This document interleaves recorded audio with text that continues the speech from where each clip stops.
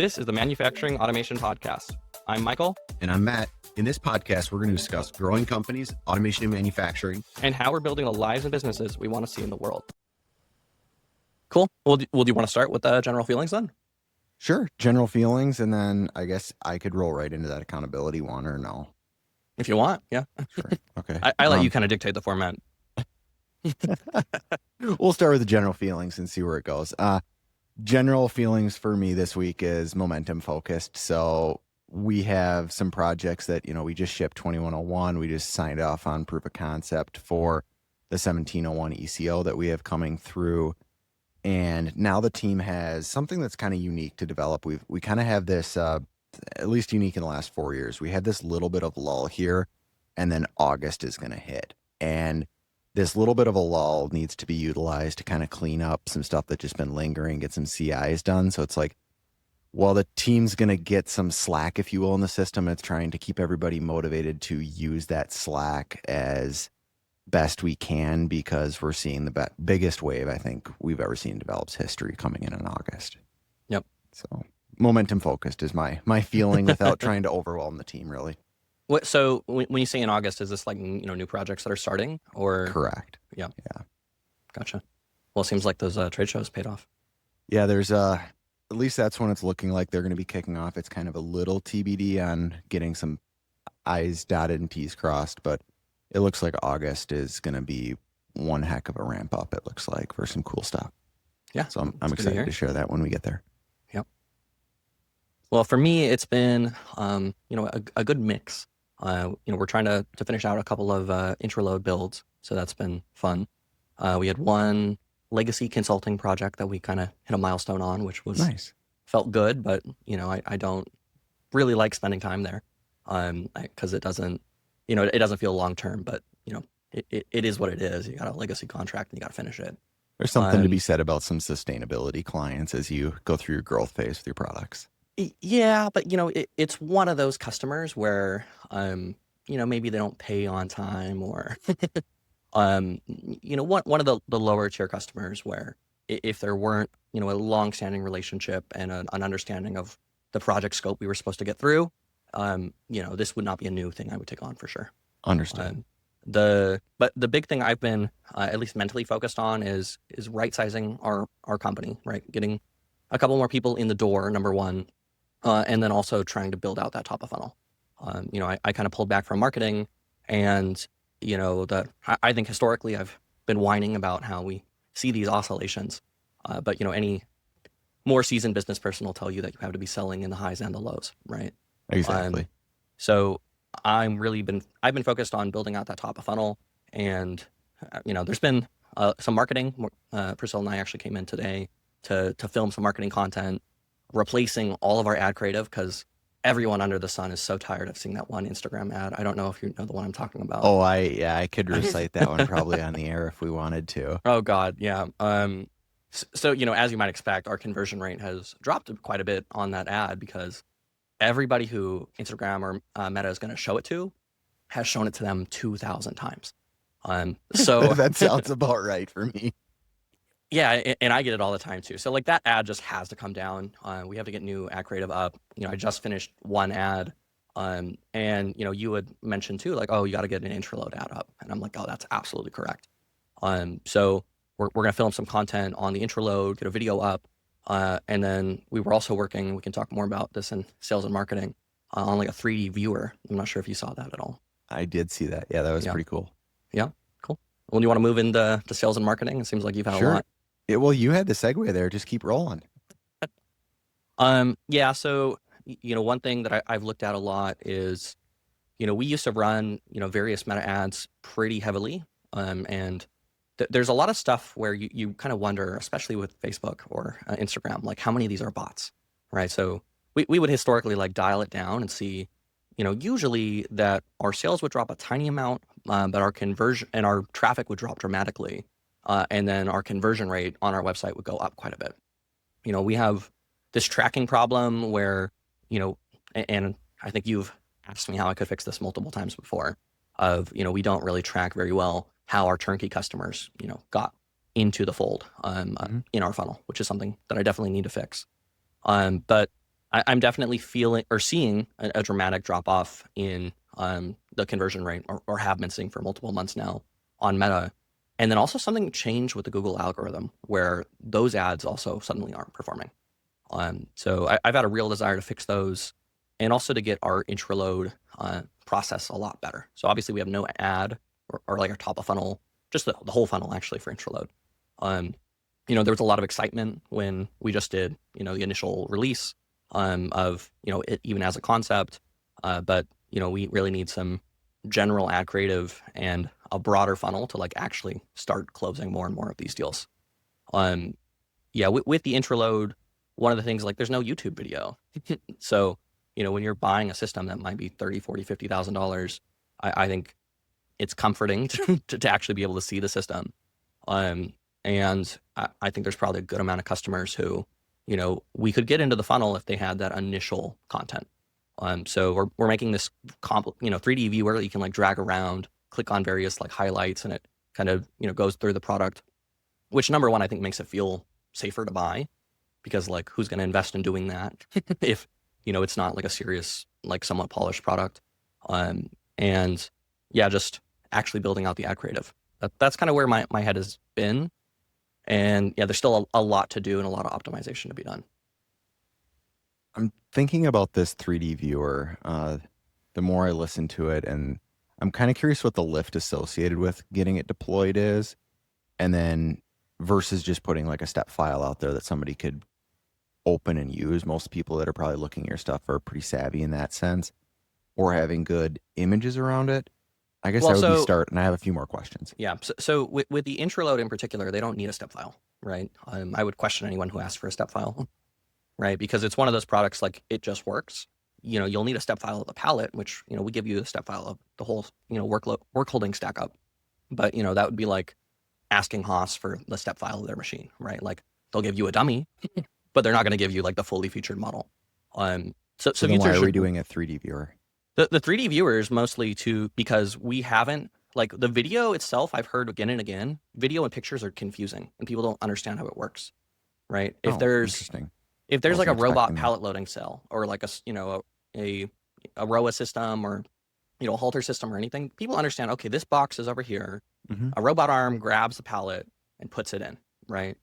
And what people don't really understand with intraload is like, okay, there's the shelf that's inside the machine.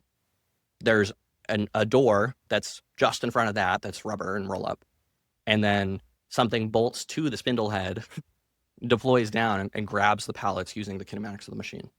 Um, and there's video, right? Like, we have a video right on the site, but there's just been this challenge of even explaining to people how it works. I've seen again and again, which has made me want a 3D viewer. Interesting. Okay. I wasn't expecting that answer. Complete Yeah. transparency. Because where I was going to go with it was spending energy potentially on your ads or your SEO versus the viewer, because if people can't get to your page, doesn't matter how good the page is kind of where I was going to go Right. with it. But if these are existing top of funnel leads that have these questions and you need to break down that barrier to entry or that confusion education, whatever you want to classify it as, that makes sense. Okay. Well, and one thing, like, it seems like a huge monolithic task to make like a 3D viewer with things that you click on that pans around. I've spent maybe 6 hours on it, and our That's a Shopify lot of guys, that's a lot of yeah, time. And it's one of those where it's like it's just 6 hours, then it's like then it's just two more, then it's two more. I just know how mission creep plays. It sounds like it makes sense. That yeah. was the whole reason I was digging into it. Well, I might spend like making a new ad or a video like 4 hours, Okay. right? Yeah.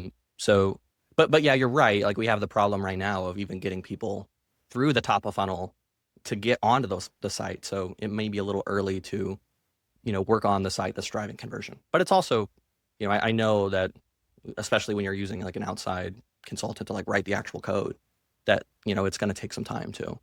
Yeah. I think the as you deploy it, I would just be thinking about your SEO with it as you update that website page. So, you do the 3D viewer, just make Yeah. sure you do your SEO right in parallel with that, because you're already having to layer something else into your page. Yeah. And yeah, that's one of the big concerns, is actually load time, because of the size of the file. But that's kind of already built in, especially on mobile, where, as that matters a lot more for SEO. You have to go click on a button that Yeah. actively takes you to another page that has a do not index on it. so that you're able to prevent Google from seeing your really slow page. Yeah, they make a solid decision to go to that page, and they know this might take a little. I mean, Yeah. you could put a little disclaimer: big CAD file Yeah. coming your way. Just wait. But I've been shocked by it, just how easy it's been. There's a lot of these open source like plugin embed tools. Oh yeah, To get something like, I thought this was going to be a much bigger task than it was. And maybe it would be like a multi-month long thing, but it should launch in like a week. that'll be awesome. All Yeah, right. cool. Well, that's been my marketing. we're, Okay. we're here on the weekend to try to get some ad creative out. That ad is finally going to go down, and hopefully we'll get the new ad up, which is basically a replacement of the first ad, but it's just It's re- not the exact same. it's revisions. I mean, we're kind Yeah, of talking about the same stuff at Develop. Is we're reshooting our automation assessment video. We're reshooting our build process video, and what it is, it's 80% the same video. It's just 20% based on slight tweaks and processes we've seen within our build process, gates that we've layered in to mitigate risks for us and the customer, ways that we do our automation assessment different. I'm sure you've learned things on how to better educate your customers on your product. So you're just reshooting it. So that makes sense. That's a good position to be in. yeah, and then for Intraload in particular, just shooting an actual YouTube video and just getting it out, I think is a big deal. So there's some content, Nice. and eventually too, we need to get to reshooting basically all the videos, because like I think when we recorded the initial like 2-op palette, which is now called the grip flip grip module, that was, I don't know, a year ago. It's gone through 3 revs. They're anodized now. They're lower profile now. Um, it's just a different, better product with literally a different name, and we need to update the content to match. Yeah. Gimbals evolved. Yeah. So, but those YouTube videos are just a ton of work, and there's a lot of them that need to be done. So it's a little intimidating to think about getting through them all. I mean, think about if you need to do them all, because we're Yeah. we're not redoing all of ours. We're just redoing the ones that customers were engaging with, or the ones that we saw the most value. So that was the build process, the automation assessment, how to identify your opportunities, stuff like that, where those were used a lot in the top, middle, bottom of funnel sales process. Yep. Is what we're focusing on, at least. And then for us marketing, the big one is we're FANUC ASI certified finally. So Congrats. that's pretty exciting for us. So happened a couple weeks ago. We're just finally getting, I shouldn't say finally, we're getting to the aspect of getting the website laid out now, prepping for a press release. So it just seems more fitting now that we have marketing activities happening on it and getting prepared to finally make that public. When you do a press release, I've done a couple. Who are you using? Are you using these paid services that have, high SEO authority scores? What are you paying? Like, how are you typically doing a press release? Complete transparency. That's part of our agency's package. So we use one action from them, which then they write the creative and then they go through the process. And if there's a pay gate, if you will, we pay those as they recommend. Gotcha. Yeah.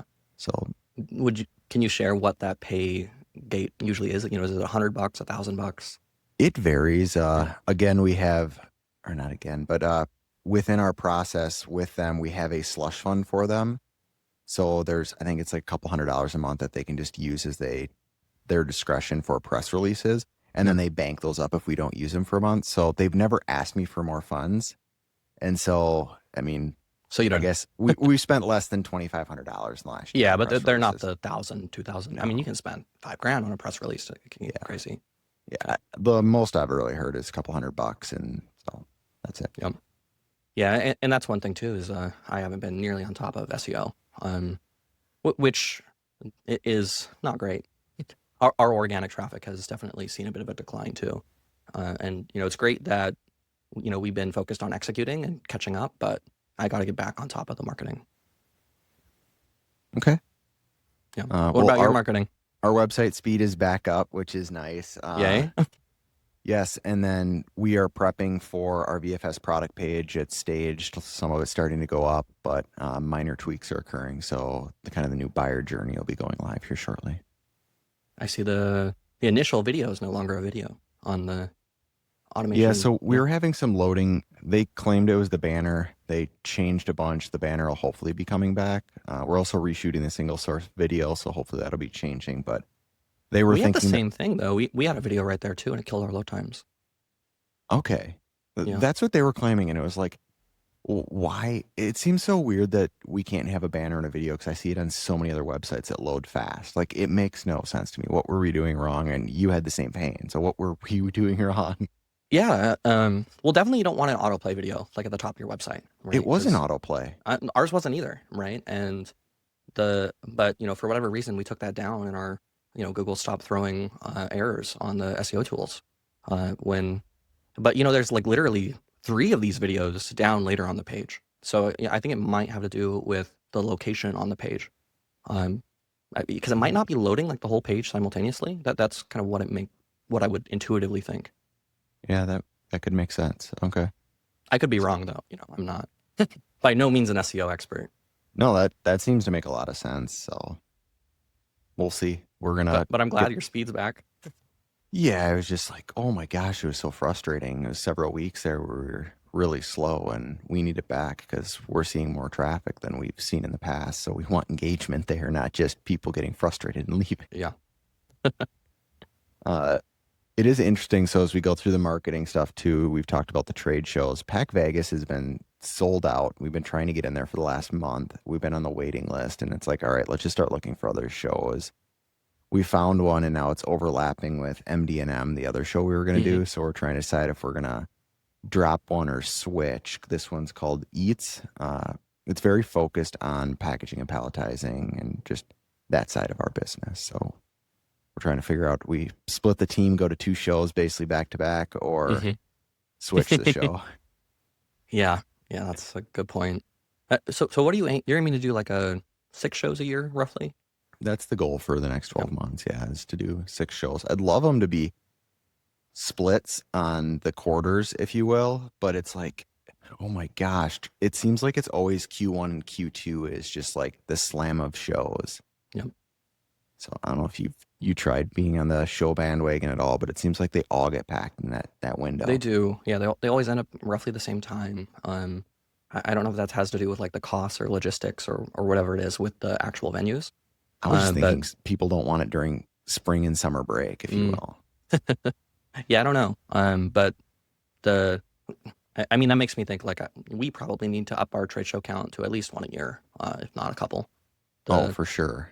Yeah, that's as we've been short staffed and trying to catch up, and that's been a hard pill to swallow. But yeah, I think a lot of stuff for us is like once I right size the business and fix the top of funnel, everything becomes easier. Hmm. But you want to add Yeah. a show? Sorry, I jumped in. No, that makes I'm happy to talk about the top of funnel shows, if you will, or they almost end up being a little bit of middle of funnel in my opinion. But I don't know Yeah, what shows to recommend for you. I Like, actually think you're right there because a lot of these like bigger deals have come from specifically people who already knew about us, put us on the list to go see us at the booth, and then eventually they converted to $40,000 to $60,000 deal, which for us on the non-custom automation side is kind of our sweet spot, and mhm. on the bigger end, we do a lot of the little two-op module, semi turnkeys, but as we move up market, that's really where we want to be. Have you heard of the show Task, TASC? I am not. I would recommend that. I think it's coming up here in a couple months. It was one we evaluated. It's just very machine tending focus. We Hmm. were tempted to go there with the VFS. Our focus for the VFS isn't to do trade shows. Ours is to go through web, but that might be a good one for you to attend. Yeah. Yeah, the question is always, um, the question is always what is that like the actual number of people there, right? It's such an easy uh, calculation to go to West Tech or to IMTS, and West Tech's just close, but Mhm. yeah, it really depends on the number of people, and but at the same time you get the right people, right? And that's been a general challenge with us on the marketing side, of like you get these wild cost variations between different channels with Oh similar yeah. reach, um, and sometimes something's it's hard to tell if something's overpriced until you've done it and failed almost, right? Mhm. It might make sense to hyper focus along that West Coast for you too to kind of cut down on some of the logistics. So have you looked at MD&M? Yeah, I think we had considered it and ultimately decided against it. Okay.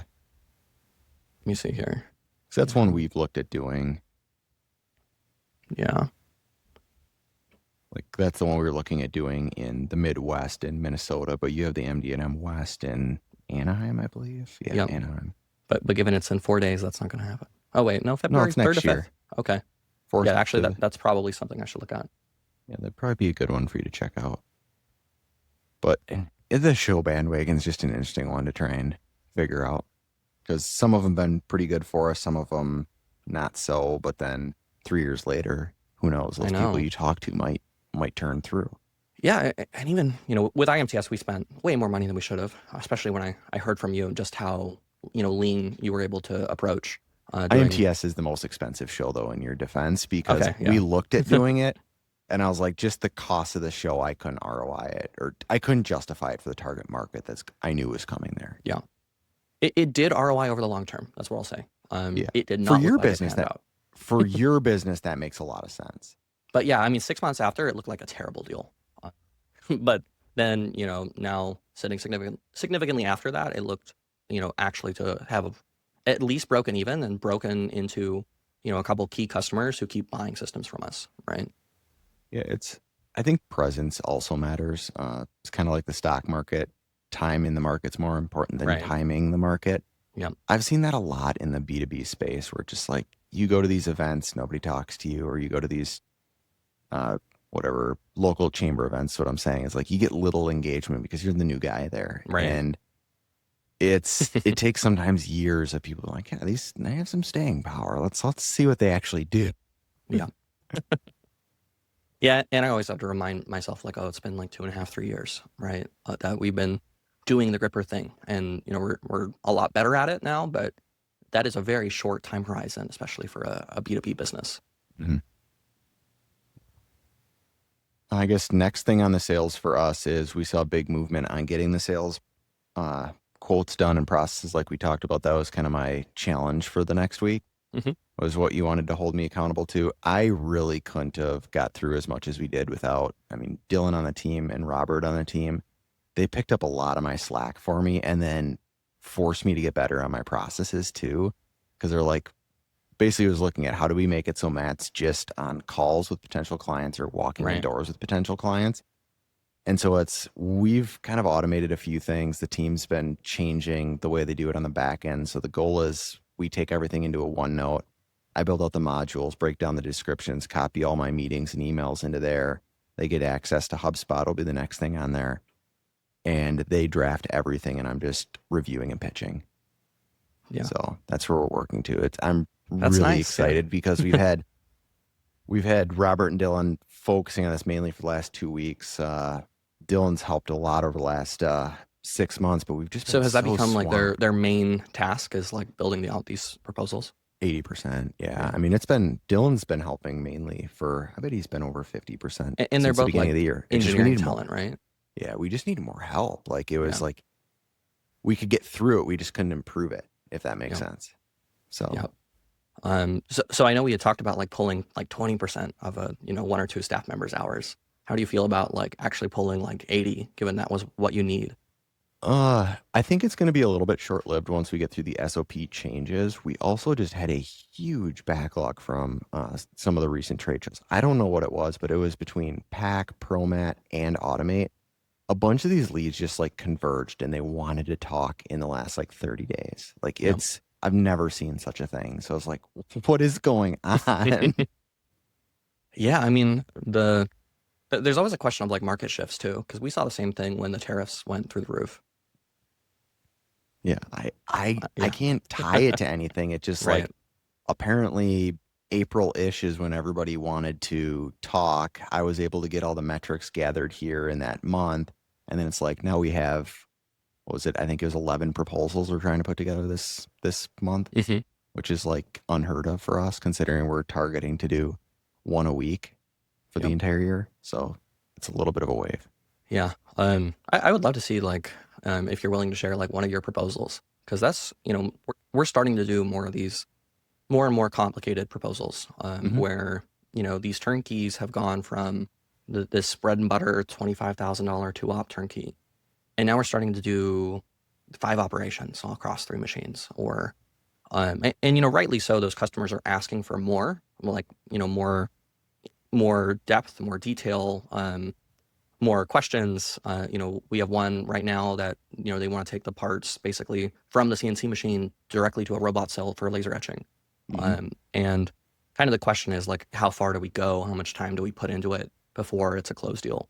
And I don't know if you have any idea from, How much do you on think it'll cost? on the order of 50 grand, right? And we're very used to this, $25,000 deal, right? Where we kind of intentionally try to do very little in terms of other than, scope of work, a proposal, maybe a CAD mockup that's pretty much standardized, but we just drag their part into it. And, now that these larger, in-machine automation deals are becoming more prevalent for us, that's one kind of question I'm starting to delve into is how much work do I actually think we should be putting into these proposals?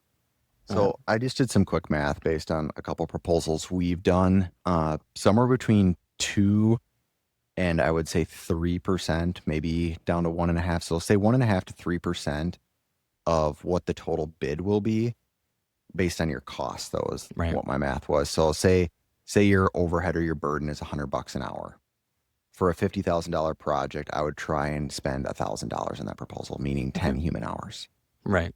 That's probably that's usually my gut check. If all of a sudden stuff starts getting out of whack on that, I usually try and be like, all right, is this customer trying to get free engineering? Did we That's scope this always a question completely too. wrong out of the Right. gate? But I think that's where I would start.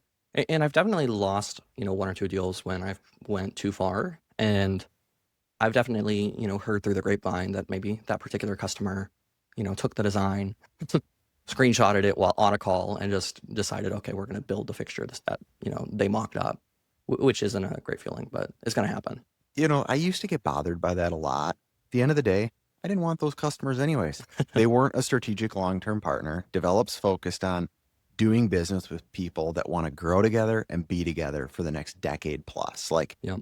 so that person didn't align with those, at least on a develop perspective. And I think you're looking for similar things. So it's like, screw them. Like you didn't want them anyways, whatever. Yeah, They stole it. absolutely. It's like, Yep. it's take it as a compliment. Yep. Yeah, it's getting better at knowing, okay, we're not going to go and get ridiculously detailed. And I think, yeah, that's about the right range of time we've been putting in. But now that it's becoming, more of our core business, I need to put more process around it, right? Say, okay, this is a 5 hour, this is 10 hours of general employee time, or maybe 3 or 4 of mine that I should be putting into these. And like you said earlier on in the podcast, is making sure that you're doing this in the highs and the lows, kind of the same pain point Develop saw through the beginning of this year and last year was we just weren't allocating the time. Maybe it's just figuring out who those key people on your team are to help you Yeah. with that. Some of ours has been, people that have been doing the proposals was the driver on it. And then some of it was we had capacity with certain team members and that drove the decision there, which turned out to be really good because it made us look at our processes from a completely different lens because they'd been seeing the pains we had. They just hadn't been a part of them. So they came in with a completely new, fresh set of eyes. Hmm. Yeah. Should we move on to the next section here? I think that sounds good. We're on to engineering and R&D. As always, I don't have much, so we'll let you go. But technically, you shouldn't have anything based on last week's accountability. Well, there's always something, but I think the thing we discussed me not doing was specifically the three-axis interload, right? And I guess I'll kind of pull back a little bit. I'm not sure how much detail I got into last week about the three-axis interload, but we have one like ongoing larger turnkey that we have the intra-grip system. I think I mentioned this, and I'm just like, I know that three-axis interload would be like the perfect solution, right? And it's a much more generalized solution. And that I think that's the hard thing for me is when I see something better, but at the end of the day, I think I really appreciate you holding me accountable and getting me to not go down that path right now. A, Um, a line that I've continuously told myself in similar situations is it's not no, it's not now. right. Yeah. Like that's what's held me accountable on things like that, where it's like, God, I really want to do this. I really Hmm. want to do this, but I know I don't have the time and I'm not going to get what I need to done correctly if I do this now. So it's like, not now, not now. Right. Instead of saying no to myself, that seems to be a lot better. And it actually works good with the team too, with a lot of things for like training them where like a lot of ideas come in at develop and it's like, just It's not a no. It's just let's not do this now because we Mhm. need to stay focused on what we're on. Yep. Put it on the list. Yep. And I guess one thing relevant too is like I've been working 7 days a week for like 2 or 3 weeks now, which with the exception of yesterday, finally took a real day off Nice. What completely. what do we do? Dog park and Pretty much. I mean, not much. Like when you've been working so much, you kind of just collapse. yeah, Clean the house a little bit. You know, nice. um, nice lazy day. But with some of those little R&D things, I focused a lot on some of the little things I didn't like. Trying to like, new 3D printed fixtures to make our laser etching process more efficient. They've kind of been little things here and there. The Anish, our senior mechanical engineer, has been working on, we offered this upgrade and got taken up by a couple of customers to turn their intraload from a 9 to a 12 or a 16 pallet system. So there's some design tweaks there. We're overhauling the M Code Air Kit 24-volt converter because it was just super confusing. It had 4 relays, and each M Code Air Kit has 2 solenoid outputs. And explaining to people that an M Code Air Kit does 2 things, but you only needed one of the relay converter was just too confusing. And we also had our second report of a relay failure, and whenever I hear something fails twice, I try to replace it. So we're moving over to actually the same relays that are in the Haas machine that we know don't Nice. fail. Yeah. Um, Well, well, all relays fail, but yeah. much nicer Omron mechanical relays. Yeah. Omron makes some really good products. Yeah. The Yeah, I mean I think that's most of the R&D. And with that, we're fully moving over to the black grippers now, which along with that came uploading a lot of new product photos, which I guess is kind of back to marketing stuff. Well, that's good though. That means you're finishing R&D. You're not Yeah. starting R&D. Yeah, and like the 24-volt converter thing was new, but at least I didn't do it, right? But it sounds like it's a revision. That's Yeah. I would consider that an ECO, not a new development. So maybe that's the best way we kind of classify that is it's Um, not it's just you're not starting a new product without getting really good market penetration with what you have. Because you have awesome products. I just don't think enough people know about them. yeah, that's 100% the issue. Yeah. Little tweaks to the interload, like the current or the old generation, when the air got cut, it would fall, right? And we wanted to add a gas spring that slowly turned into a ball D10. So now when Oh, air is cut, it stays up, which is that'd be great. nice. Yeah. Um, but yeah, it's been little stuff, and accordingly updating the website and the marketing and to go along with it. Did you design the ball D10 valve Oh or no, you we used just a McMaster car part. okay, I was like the But way we you made had, it sound was like you guys made you can buy it. oh yeah, Like, yeah. okay, good. But internally we had spent 2 or 3 weeks trying to figure out like a gas spring return. Oh, And it just occurred to me in a meeting, like, why isn't this just like a latch, like a cam latch? And then that turned into, why isn't this just a ball D10? And all of a sudden, what was a huge pain of trying to integrate the stupid gas spring turned into, oh, like we already use ball D10s across some of our product line. We just need a bigger one. yeah. And, now it became a 20-minute change. Gas springs just suck for life anyway, especially in the environment you're going to Oh, be yeah. in. Yeah. So I think you got the right solution there.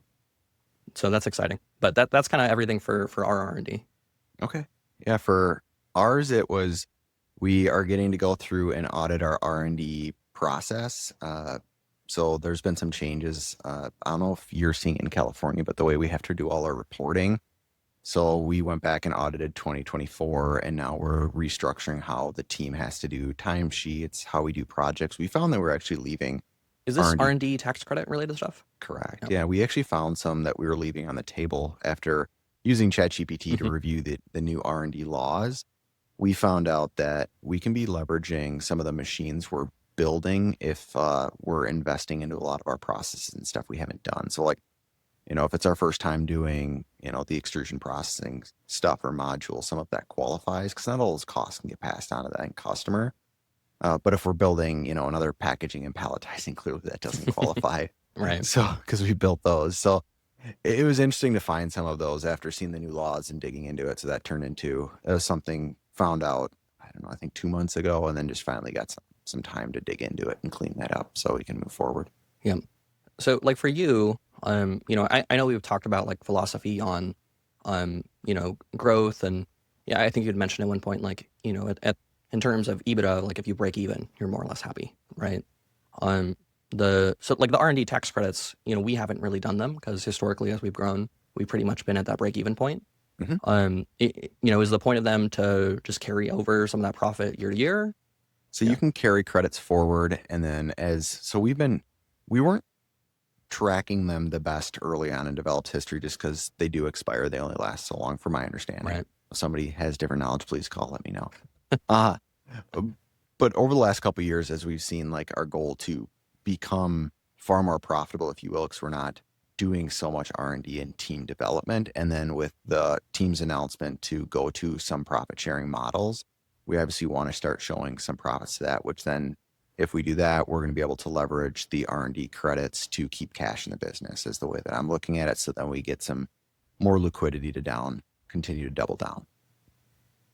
Wow. Moving to profit sharing, that's always a Yeah, complicated.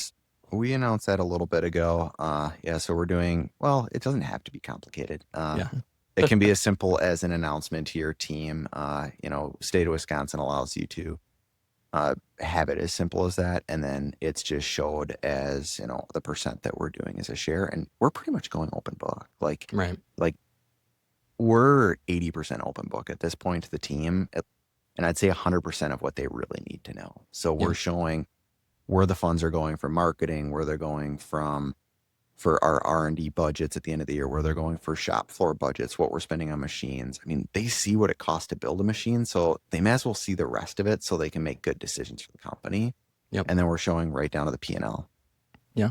So I've seen a lot of really good buy-in from it and better decisions because they know all the facts. Yeah. Yeah. We did that at one point, open book, and I've since reverted on that decision. Um, so it's interesting to hear someone at the start of it, right? Well, we've been doing it since the beginning of the year. So we've been doing it for 6 months here. We didn't go like full. It's more or less like a scorecard. So showing the high level Right. numbers is really the way we're going about it. What were the pains you saw with it? That's kind of interesting. Well, I think the biggest thing is I just hired a couple of the wrong people at kind of senior levels, and I think it became a game for them of how much can I extract from the business as opposed to how can I grow the business, right? And I Okay. think I came back and became a lot more conservative, with sharing our books and some information. But at the same time, I think it's more related in hindsight to a couple specific, not ideal people in the business, as opposed to the concept of doing it generally. Yeah, I've had a completely different experience with it. I've seen the team like become extremely driven towards the growth of this company and how it can impact everybody. Yep. But I've also made it very clear that I have no intention of pulling that other 90. So we're doing 10% as profit sharing, the other 90%. I have no intention of ever pulling out of this business, or at least for as far as I can see right now. My goal is put it back on the table and continue to play with it and Yep. develop. And so I think that message to the team, like, all right, so our profit sharing should continue to get better. Matt's not just going to sweep the table at the end of the year, and then we're just going to be at wherever he decides to start doing. Yep. Random question: Are you a W-2 in your own company? Me personally, Yeah. that's a good question for my accountant on how it's structured. I do draws, so yeah, Yeah. it's not I don't get a paycheck. I'm not a C Okay. corp Yeah. yet, so it's an LLC. Yeah. So we're an S corp, and I take a W-2, and then Okay. occasionally, anything on top of that is kind of tied to the business performance and needs. Exactly. Yeah, since we've never really been chasing the bottom line, if you will, it's been growth focused and continuing to grow our team. Going to C corp never really made sense, so it's just keeping it at LLC. But I foresee that changing here in the next 12 to 24 months. And then, are you going to keep your name? That's going to get confusing. Yeah, develop-llc.com. Yeah, that's been a one. We can still keep it as an Yeah. LLC. What we could do is we could just create a holding company Yeah. and then have the holding company layered above, and we get into a whole different corporate structure and corporate veils of how we do this as a sidebar for sure. Yeah, for sure. Cool. What's next? General improvements? Yeah, company-wide updates and improvements. Um, Cool. you have anything you want to go? Well, we have a candidate I'm excited about for our Nice. assembly position. I'm actually not sure if I'm going to keep him there. Because I told myself I wasn't going to hire someone overqualified. And I think it's in that bucket, but at the same time, I think I have a this person has the potential engineering talent to move into somewhere else more useful for the company. So Um, is your goal then to see how that progresses over 90 days and keep your assembly position open and hire another one immediately? that's my intent. So, but the way we do our hiring process, we do, we actually used to just jump to, take the top 25, do a Google call or a Google Meet. That has changed to we ask everyone for a 30-second video just about Yeah, themselves, yeah, you were talking about. I which has like been that idea. great. Yeah, it's been great. It just narrows it so much more quickly. You get the people who care, who actually record the video, and then we take the top 10 of those and we do an actual pre-interview, which is like a 5-minute Google Meet that we just do back to back to back. And then we take like the top half of those and do an in-person interview. Yeah. And the big thing that I did in the in-person interview, which was, inspired from Jay Pearson's Lego test, is we do a gripper test where we have one of our spindle grippers that totally disassembled, no instructions, all the tools are there. And we just give people 15 minutes and see how far they get.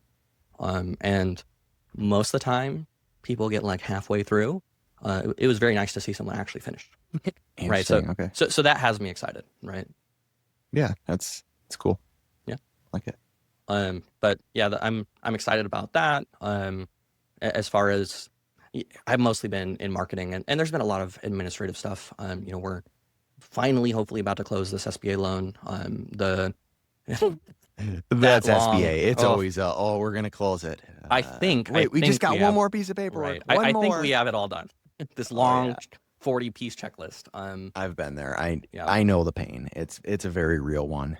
yeah, I will say is having done it once though, doing it a second time because I've been through that. right. The second time is like a third of the time. Like it Yeah, goes a lot. You can just know the game. yeah. So that's exciting.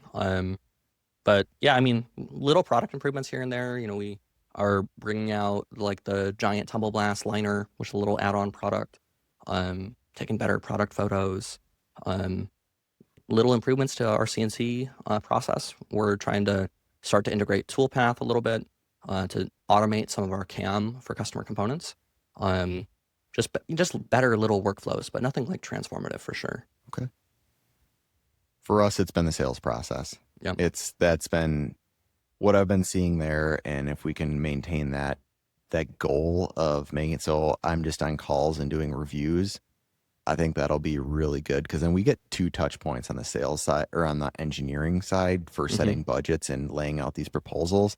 So then all I'm focusing on like is macroeconomics of that project and are we selling that customer or providing a proposal solution for them that did align with my original conversation. So right. it's I can act more as the customer at that point, which is kind of fun. Yeah, that's nice to kind of jump to the actual sales side and try to close the deal. Mhm.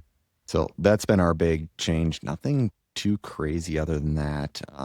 I think a little bit back into R&D as I've been really excited about a lot of the proposals we're putting together because they align very well with develop. I really hope I can share some of these in the coming months or year as we get the opportunity to build because I am like ecstatic Yeah. about it. So I feel like a little kid, like I lose sleep thinking about them. hmm I'm so hmm excited about them. That's great. So Generally, for us, like a lot of our customers, I would say 90% on the turnkey side, the first thing that happens is an NDA. Is that the case with you guys too? so we start with an NDA, but there's most of them. There's a Yeah. lot that don't. There's a lot that we sign on our NDA side that allows us to share what we're building Gotcha. because for develop because we're building custom or semi-custom machines until we have some of these flagships and stating that they're buying machines, if you will, on those sides. But it's like, if we can't talk about it, we'd just be continuously never growing as a business. So we're Yeah. transparent about where that line is. It's typically, all right, your product's never going to be shown unless you give us rights to show it. We're obviously never going to show any of your CAD to it unless you want us to. Right. I mean, we've been like the 2101, it was, yeah, you can shoot all of that, talk about the machine. You just can't say what product brand we are. Right. I can hold their Yeah. product on camera. Their logo has to be off of it. Yeah. So it was like, okay, it's just having those conversations with them around that. And then if we're generic about it's an extrusion processing with XYZ metrics, Yeah. that's IP that develop owns. Yeah, it's very similar for us of like defend the part at all costs, right? We never show the exact part. We never show their drawings. We never share their, CAD files. And occasionally kind of the easiest thing for us to do to make content is to redesign their part entirely from the ground up to be similar enough to fit in their soft jaws, but completely different in appearance and Yeah. motion, which is an annoying extra step, but sometimes it's necessary. It'll be interesting as we get further into some of these extrusion processing projects that we're looking at, because I don't know how I'll show off the machine without talking about it, Right. or at least I'm going to have to talk about the industry Yep. because it's like, what, like once you know what industry it's for, it's gonna be like, holy crap, this machine's perfect for what we need. But it's like figuring out how to do that. We'll navigate that as it comes though. Right. Is it one of those industries with relatively few players? Yes, Yeah. it's they're large corporations that when they buy one, they're not going to need just one, and Right. then there's upstream and downstream. That's where like I'm getting so excited because it's their clear partnership deals, and those are the ones I really enjoy where I can envision us having grown together over the next decade and be like, yeah, this is machine one of many. Yeah, makes sense. Cool. Well, do we want to move on to accountability? I mean, yours is a check. You went to all your shop tours. Made Um, them, executed, thanks to the team. They made that a reality. I wouldn't have been able to if I was trying to spread myself as thin. So I was really happy for some team members' help. and remind me what was the exact wording on my accountability Yours was item? I had no NPD and focus on selling 5-axis cell, like the one Yeah. for the UMC. Yeah. I mean, I'll give myself kind of a half check mark there. The Yeah, there was definitely no new product development, but there was some slight improvements through the week. I guess one thing I still am not great at is like when there's like the smallest customer issue, I feel like I have to jump in and fix it. Uh, even on a very small sale. And I do my best to be really humble when anyone has any criticism, right? And for specifically Fanuc installations with this particular spindle taper on our RotoFlow link gripper, there was a couple different issues. One of them I think was something that could have been improved on the design side from us. One of it was something that I think was some quirks of this particular spindle. Um, and yeah, I did spend probably way more time than I should have trying to service one customer on a very small deal. Um, I think the product is going to get better long term. Basically, it was designed to work across both Brother machines and Fanuc machines. And this bracket is perfectly rigid for Brother, where it's relatively like adjusted very stout. But on Fanuc, I saw a little bit of wobble and I didn't like it. And I'm like, okay, I can improve that bracket. But I think that's one thing where I can honestly say, like, okay, that is a somewhat unnecessary new product development that I did. Um, and kind of going off of that, like, yeah, today I'm working on, intraload marketing and top of funnel. But aside from like our 3D viewer, I don't think there's been a ton for me this week on that. Maybe moving forward for that accountability there is rather than saying you can't do NPD, I think it's before you just like I'm assuming you redesigned that bracket this week as soon as you saw that pane, I right? actually didn't. There was Okay. another like the holder that they had some like non-standard drive dogs. We tried to send them a new holder, which maybe I shouldn't have done. That actually had the same problem because it turns out the problem wasn't the holder, but it was their machine. Okay. And they made their own holder, and that was awesome. And but actually watching the video of it run, I was like, oh, that bracket could be better. So I guess to be fair, there were other places earlier, not that particular bracket, that I was doing, trying to help the customer, even when I didn't know maybe all the facts or all the details, and with something even Okay. remotely engineering related, it's hard. Yeah, 'cause I was gonna say just start making a list Yeah. and then order the priorities always, and then allocate resources in the future. Because we do that with our CIs. Is we are Yeah. order our CIs, we figure out based on impact to the company and the amount of energy it takes, and then we kind of tackle them in order.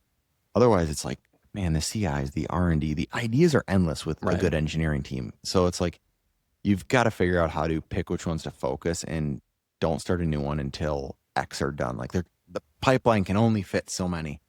Hmm. Yeah, you're right. And we moved from, I think I mentioned we had a sticky note board at one point. We moved back to kind of a Gantt chart and Scrum board, which has been working much better. But along with that needs to come like just a new product feature board, right? Or a feature request board that allows us to have that priority list that I can look at and move around. Have you ever done like a limit on engineering for R&D hours in the year? Like how many? Yeah. Because like I'll say we did 1,680 hours, where years prior it was like 3 to 5 times that. Hmm. So it's like to really say, all right, we're not doing R&D this time. We're executing and refining is what our R&D is, has really shifted our focus. And I've seen some solid momentum. And I'd actually say we've seen better results by having less hours. Right. Yeah, that makes sense. So Yeah. I think that's a place for me to get more disciplined.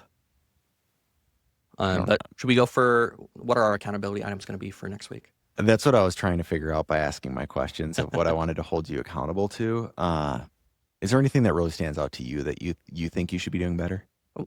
I guess one thing that I need to make as a theme is to lower my expectations of myself, and get them more realistic, and try to take like smaller bites at a time.